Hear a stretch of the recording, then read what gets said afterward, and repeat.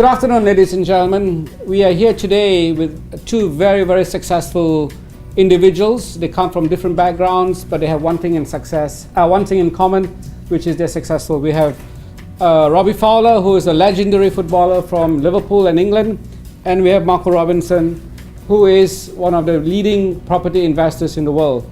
Maybe Robbie, if I can just start with you. Mm-hmm. You started as a footballer from a very young age. You came from a humble background. How did you get into football?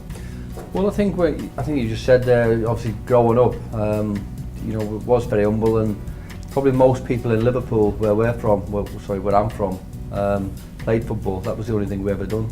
It's not like the modern day age now, where a lot of the kids have handheld computers, DJ equipment now. Everyone's got them, but I was just forever carrying the football. Obviously, I had a little bit of talent, but I went away and worked on it. It was not a thing where I just fell upon becoming a footballer. I actually worked from a very, very young age to try and be a success at football. Right. So you had talent, but of course you had to work at it, right? Everybody thinks that football is an easy game and it's ezy money. Well, yeah. A lot of people say that. The people who say are the ones who don't play. I think if you're being honest, it's a sport that everyone would love to be paid to do. I was no different, and effectively I was getting paid for doing a hobby, for doing my hobby. I had a great career. I wouldn't swap anything. Football is obviously the only thing I've ever done, but obviously when you finish, you have to have the other aspects of your life and other ideas about what you want to do after football, because it's not that long of a career. Right. Did you have a mentor who guided you through your post-football career in that essence? Well, in terms of football and growing up, it's always good for the individual to want to do it first and foremost, and I did. But you need a little bit of guidance anyway. And my mum and dad were brilliant. Obviously, she said I come from a humble background. My mum and dad, we didn't have much money, so we used to get the bus to train all the time. My mum would give me the money, and that is probably the guidance that you needed, because my mum might have said, "Oh, my dad, we can't afford it this time, so you might have to give it a miss." But they went and worked a little bit harder, to try and give me the best possible start in my football career. Right. Marco, you obviously are not a footballer, but you're a very successful businessman and entrepreneur yourself. How did you get started in your career?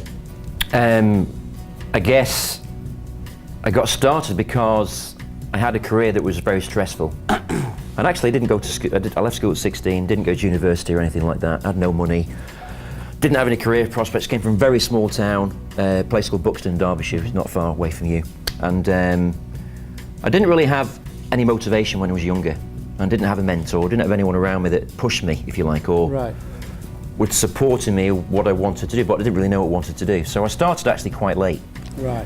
Now I had my first proper job at 21, and that was selling timeshare, commission only, and I failed miserably. But then someone helped me. They gave me a book, saw some potential in me, saw some talent, and that turned me around. And within a week, I became the best salesperson in the company. Then ended up nearly running the company. And then I was about 26, 27 then. And then that company got taken over by an American group, and then we all got fired. Right. And then I got offered these opportunities around the world, and one of them was Malaysia in Asia. And went over there, did extremely well, but I was working 18 hours a day, nearly 7 days a week. My marriage was suffering. I was making a lot of money, but it wasn't the answer, So when I was 29, I had a mild heart attack. My wife... At 29? At 29. My wife was having an affair with my best friend. Oh. That didn't cause the heart attack, I don't think. and then I lost all my money on the stock market. So there was triggers there, and that was a lot of pain for me. And one thing I decided then was I never wanted to have a boss again controlling my life, what I wanted to do. So I just gave that up. Even though I didn't have a lot of money left, I just left and decided I want my own business. So I started consulting in my old industry. And then I decided, well, you know what, that's not really giving me much fulfillment. What can I do? So to cut a long story short, I started my own business, created a product from nothing, and had literally run out of money. was driving around in a 15-year-old Volvo from a cafe, designed this product, and I made $12 million in 1 year doing that. And that inspired me to go on to the next thing. Now, at that time, I wasn't really into property. In fact, the first property I bought, I lost money on. So for me, I didn't really know anything about that. And I suddenly got interested in that because I found out and discovered that as I was getting mentoring, because when I started that business, I was getting mentored by millionaires, one in particular that was really successful. And he taught me that property was one of the best investments you could make because it gave you passive income. So if you get positive cash flow, you didn't really have to work ever again. And that was a fantastic thought that I didn't really believe that was possible at the time. So, you know, after researching it, I found out that that was possible, and there were certain opportunities around the world that I could get into, not a lot of money down. And then I started to become successful at doing that, and I bought my first, second, third, fifth, got to 10 properties, and then I decided it was so much fun, I wanted to teach other people how to do it. So I started doing seminars about that for free. I didn't charge people because it was a hobby, like football was a hobby for you. So I started doing this hobby, and then more and more people started to come to the seminars. So then, okay, what else can I teach them? So I started extending it to 8 hours instead of just 2 hours. And I still did it for free. Then, well, hang on a minute, how can I make this into a business? So then I started finding a way, putting a program together to educate people how to basically replace the salary with passive income so they could fire the boss and become financially free so they didn't have to worry about money ever again. Right. Now, I've been doing that for 5 years. And it literally has gone epidemic proportions because obviously a lot of people around the world are doing a job they don't love. In fact, I've asked my own people around the world, I've done so many seminars. When I ask an audience, do you love what you do? One person puts their hand up, kind of maybe. But when they realise, well, you know, we could get paid the same money for not doing that, and not going to the office at 8 o'clock in the morning, not working weekends, they kind of like that idea. So I found that most people are doing a job they don't like because they have to pay the bills. Yes.